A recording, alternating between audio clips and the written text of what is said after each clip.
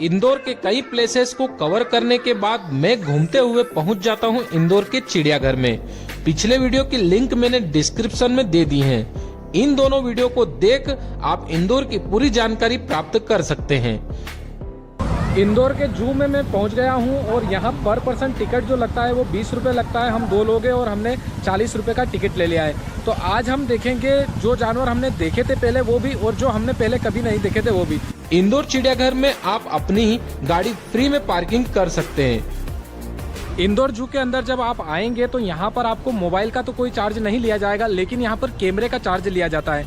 इसलिए हमारा कैमरा देख लिया था इन लोगों ने, तो 50 रुपये का जो है हमारा कैमरे का एंट्री टिकट लगा है। यहाँ पर जब आप आएंगे तो यहाँ पर जू के अंदर आते ही आपको कुछ इस प्रकार का ग्राउंड देखने के लिए मिलेगा और यहाँ पर बाज जो है यहाँ पर उड़ता हुआ आपको दिखेगा।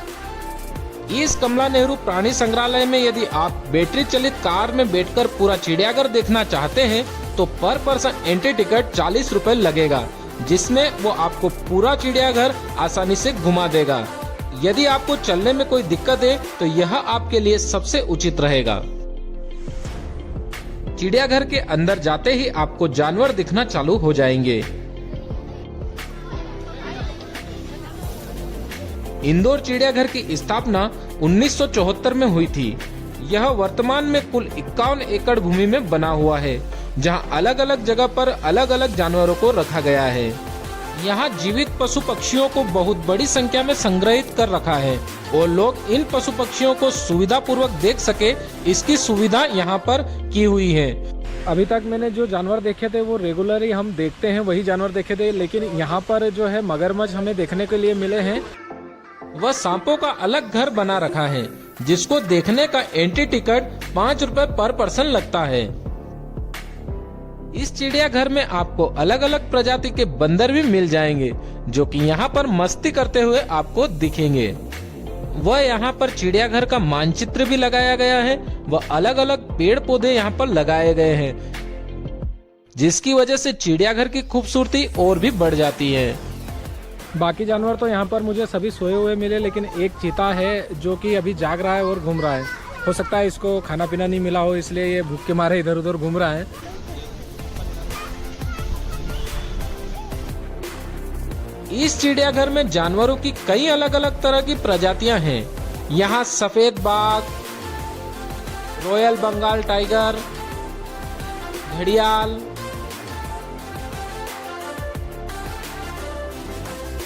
हिमालयन भालू और हाथी, सफेद मोर व अन्य कई जानवर इसमें शामिल हैं, जो आपको इस चिड़ियाघर में देखने को मिलेंगे। इस जगह पर आप जो मेरे पीछे देख रहे हैं, यहाँ पर शेर लेटा हुआ है और अपनी ऊंची टांग करके आराम से पड़ा हुआ है इधर। और यहाँ शेर का भी एक परिवार रहता है।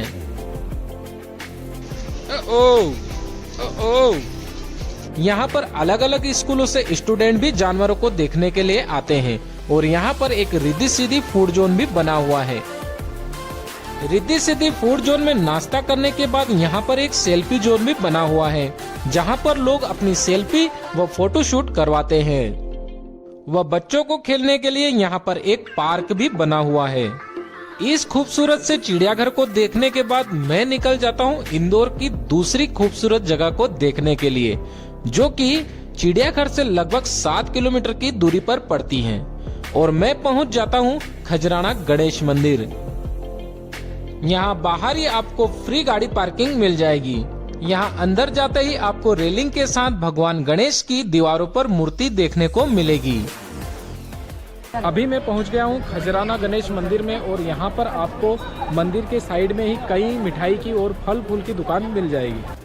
मंदिर के अंदर आपको कई दुकानें मिल जाएगी, जहाँ से आप भगवान के लिए लड्डू प्रसाद या और भी अन्य प्रकार की प्रसाद यहाँ से लेकर भगवान को अर्पण कर सकते हैं।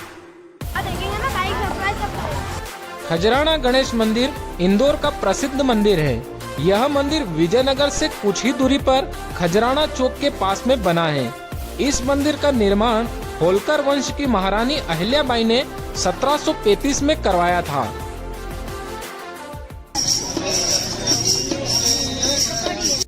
मंदिर में भगवान गणेश की मुख्य मूर्ति है, जो केवल सिंदूर से बनी है। कहा जाता है कि गणेश मंदिर के निर्माण के लिए गणेश भगवान ने एक पंडित को स्वप्न दिया था। स्वप्न में बताया गया था कि यहाँ पर भगवान गणेश की मूर्ति जमीन में दबी हुई है, उसे वहाँ से निकालो। ऐसा माना जाता है कि औरंगजेब से मूर्ति की रक्षा करने के लिए मूर्ति को एक कुएं में छिपा दिया गया था। 1735 में इसे कुएं से निकाल लिया गया था। इसके बाद मैं निकल जाता हूँ होलकर क्रिकेट स्टेडियम की ओर, जो कि रेस कोर्स रोड पर बना हुआ है।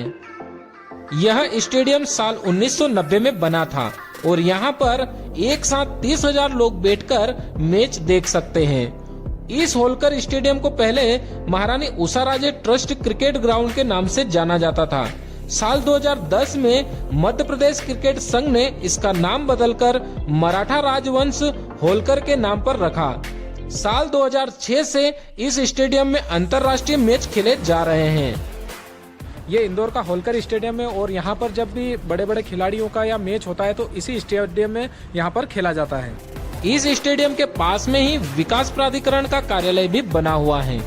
इसके बाद मैं निकल जाता हूँ इंदौर की सबसे फेमस दुकान 56 दुकान की ओर, जहाँ पर अलग अलग तरह के फूड हमें खाने के लिए मिलते हैं। इंदौर का 56 दुकानों के कारण मशहूर है। यह पलासिया इलाके में है और अपने सक्रिय स्ट्रीट फूड और अलग अलग तरह की दुकानों के लिए जाना जाता है।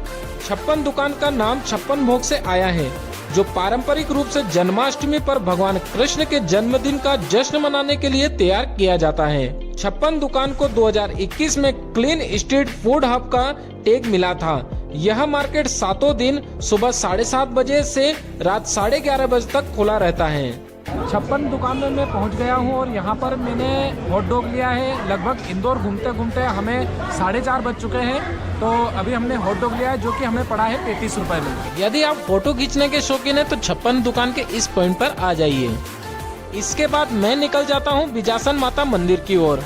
बिजासन माता मंदिर 56 दुकान से लगभग 10 से 12 किलोमीटर की दूरी पर स्थित है और यहाँ पर पहुँचने में आपको लगभग 40 से 45 मिनट लग सकते हैं, क्योंकि बीच रास्ते में आपको ट्रैफिक भी मिलेगी। बिजासन माता टेकरी देवी अहिल्याबाई होलकर इंटरनेशनल एयरपोर्ट इंदौर के पास में ही स्थित है। इस एयरपोर्ट पर उतरते हुए प्लेन को देखकर मैं भी थोड़ी देर यहाँ रुक जाता हूँ। इसके बाद दर्शन करने के लिए मैं चढ़ जाता हूँ बिजासन माता की टेकरी के ऊपर। बिजासन माता मंदिर एक पहाड़ी पर बना हुआ है और यहाँ पर जब आप आएंगे तो आपको आसपास में कई हार, फूल और चुनरी की दुकानें मिल जाएगी। यहाँ से लेके आप माता जी को अर्पण कर सकते हैं। बिजासन माता मंदिर का इतिहास 1000 वर्ष पुराना बताया जाता है। यहाँ देवी के 9 स्वरूप विद्यमान हैं। पूर्व में माता चबूतरे पर विराजमान थी। फिर बाद में मंदिर का निर्माण इंदौर के महाराजा शिवाजी राव होलकर ने 1760 में मराठा शैली में करवाया था। बाद में यहाँ और भी कई विकास कार्य हुए हैं। यहाँ इस मंदिर में चैत्र और शारदीय नवरात्रि में मेला लगता है। एक अनुमान के मुताबिक नवरात्रि के दौरान यहाँ देश भर से लगभग 3 लाख से ज्यादा श्रद्धालु दर्शन और पूजन करने के लिए आते हैं। बिजासन माता मंदिर में जब आप आएंगे तो यहाँ पर एक कुंड बना हुआ है और कुंड के ऊपर ही एक स्पॉट बनाया गया है जहाँ पर आप आ सकते हैं। नीचे आपको पानी दिखेगा और ऊपर आप बैठकर यहाँ पर सेल्फी वेल्फी फोटो वोटो जो भी खिंचवाना चाहते हैं वो खिंचवा सकते हैं। अभी इसका काम चल रहा है, इसका काम कंप्लीट नहीं हुआ है, लेकिन हो सकता है भविष्य में कंप्लीट हो जाए। ऊपर माता की टेकरी पर आपको खाने पीने के कई ऑप्शन मिल जाएंगे। वहीं यदि आप बाइक लेके आते हैं तो आपको 10 रुपए यहाँ पर पार्किंग चार्ज देना पड़ेगा व कार का थोड़ा ज्यादा लग सकता है। बिजासन माता के दर्शन करने के बाद मैं निकल जाता हूँ पित्रेश्वर पर्वत की तरफ। पित्रेश्वर पर्वत बिजासन माता मंदिर से लगभग 7 किलोमीटर की दूरी पर स्थित है और यहाँ के रास्ते एकदम अच्छे बने हुए हैं। लगभग 15 से 20 मिनट में मैं यहाँ पहुँच जाता हूँ और यहाँ बाइक का पार्किंग चार्ज 5 रुपए लगता है। पितृ पर्वत पर मैं पहुँच गया हूँ और यहाँ मैं आपको दिखाने वाला हूँ हनुमान जी की सबसे बड़ी मूर्ति। शाम हो गई है और शाम होते होते हम पहुँच गए हैं पितृ पर्वत पर। पितृ पर्वत के नीचे ही आपको खाने पीने के कई ऑप्शन नीचे मिल जाएंगे, जिसके चार्ज कुछ इस प्रकार आपको मिलेंगे। यहाँ देखने के बाद मैं सीढ़ियों से ही पितृ पर्वत की चढ़ाई शुरू कर देता हूँ। पितृ पर्वत पर चढ़ने के दो रास्ते हैं, एक है कि रोड के माध्यम से आप जा सकते हैं, दूसरा है कि हम जा रहे हैं जैसे सीढ़ियों के माध्यम से। इससे आप थोड़ा जल्दी पहुंच जाएंगे, लेकिन यह रास्ता जो है थोड़ा थकाने वाला आपका होगा।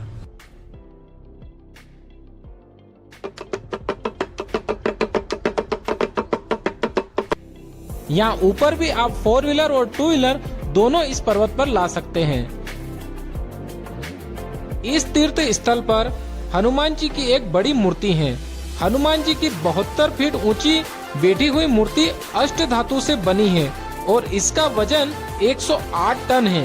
प्रतिमा को वास्तुशास्त्र के षड वर्ग के अनुसार डिजाइन किया गया है और यह जर्मनी की विशेष 2 करोड़ यूरो लेजर लाइट से घिरी हुई है।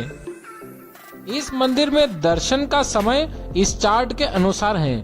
मंदिर के ऊपर बनी विशाल मूर्ति तो बाद में बनाई है, लेकिन यहाँ की प्राचीन मूर्ति यहाँ मंदिर के अंदर स्थापित है और बजरंगबली यहाँ पर खड़े रूप में विराजमान है। कुछ लोग कहते हैं कि पितरेश्वर हनुमान से प्रार्थना करने से लोगों को पितृदोष से मुक्ति मिल सकती है। मंदिर प्रकाश और ध्वनि शो जैसे विशेष कार्यक्रमों का भी आयोजन करता है। अब हम जान लेते हैं इंदौर की आइटनरी के बारे में। इंदौर घूमने में आपको 2 डेज व 1 नाइट का समय लग सकता है, जिसमें आप आराम से इंदौर घूम सकते हैं।